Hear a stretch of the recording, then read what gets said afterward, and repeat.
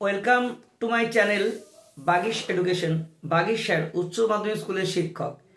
আজ আমি তোমাদের এসেছি WBPSC ক্লার্কশিপ কোশ্চেন লিক বা ভাইরাল, সোশ্যাল মিডিয়ায় ভাইরাল পিএসসি ক্লার্কশিপ পরীক্ষার প্রশ্ন এই নিয়ে আলোচনা। তোমরা যারা পিএসসি ক্লার্কশিপ পরীক্ষার জন্য তৈরি হচ্ছিলে, তারা যদি আমার সদস্য হয়ে থাকো বা তোমার আত্মীয়রা বন্ধু বান্ধব থাকে, তাদের জন্য এই ভিডিওটি অত্যন্ত গুরুত্বপূর্ণ এবং তোমরা নিজেরা বিষয়টি ভালো করে শোনো এবং যারা তোমার প্রিয় বন্ধু ও বান্ধবী আছে তাদের কিন্তু চ্যানেলটিকে সাবস্ক্রাইব করে দাও। তাহলে আজকে বিষয়টা নিয়ে আলোচনা করি। WBPSC বা ক্লার্কশিপ কোশ্চেন পেপার লিকড।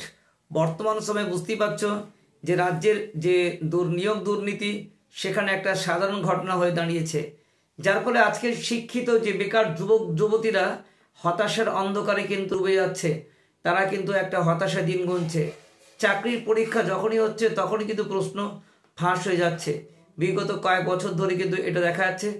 তবু এবারে পরীক্ষার্থীরা পশ্চিমবঙ্গ পাবলিক সার্ভিস কমিশনের পক্ষ থেকে ভরসা রেখেছিল যে এবারে ক্লাসিক পরীক্ষার প্রশ্ন কিন্তু এত সুষ্ঠুভাবে হবে যে কোনোভাবেই হয়তো এটা লিক আউট হবে না। তবু সোশ্যাল মিডিয়ায় লিক আউট হয়ে গেল, এটা খুব দুঃখের বিষয়।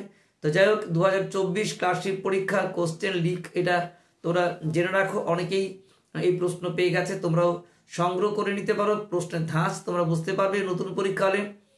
তো পশ্চিমবঙ্গ পাবলিক সার্ভিস কমিশনের পরীক্ষা ইতিমধ্যে সংগঠিত হয়েছে। গত যে 16ই নভেম্বর শনিবার ছিল সেই প্রথম দিন, এবং আজ তোমাদের যে রবিবার পরীক্ষাটি ছিল, ঠিক তোমাদের শনিবার দিন পরীক্ষার প্রশ্ন আউট হয়েছে।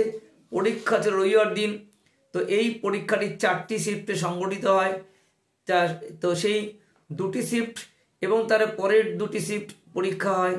তো পিএসসি পরীক্ষা প্রশ্ন যে আউট হয়েছে, এটা তোমরা ইতিমধ্যে অনেকে জানতে পেরে গেছো যে পশ্চিমবঙ্গে পাবলিক সার্ভিস কমিশনের তরফ থেকে যে ক্লার্কশিপ পরীক্ষার আয়োজন করা হয়েছিল, সেটি প্রথম দিনে অর্থাৎ 16ই নভেম্বর শনিবার পরীক্ষার হল থেকেই ভাইরাল হয়ে যায় পরীক্ষার প্রশ্নপত্র। এরপর সেই প্রশ্নপত্র সমস্ত সোশ্যাল মিডিয়া জুড়ে পৌঁছায় অনেকের কাছে এবং পরের যে দিন 17ই নভেম্বর পুনরায় আগের দিন পুনরাবৃত্তি ঘটে ওই প্রশ্নটির। দ্বিতীয় দিনেও পরীক্ষার প্রশ্ন ফাঁস হয়ে যাওয়ার ঘটনা শুনতে পাওয়া যায়।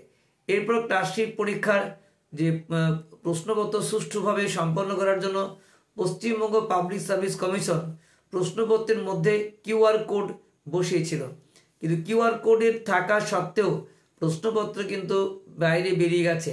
এখন এটাই দেখার যে প্রশ্ন ফাঁস সম্পর্কে কি জানাচ্ছেন পশ্চিমবঙ্গ পাবলিক সার্ভিস কমিশন, প্রশ্ন ফাঁসের সঙ্গে জড়িত ব্যক্তিরা তাদের ধরবেন কিনা ইত্যাদি সমস্ত বিষয়ে কি ঘটছে, এগুলো তোমাদের জন্য অপেক্ষা করতে হবে।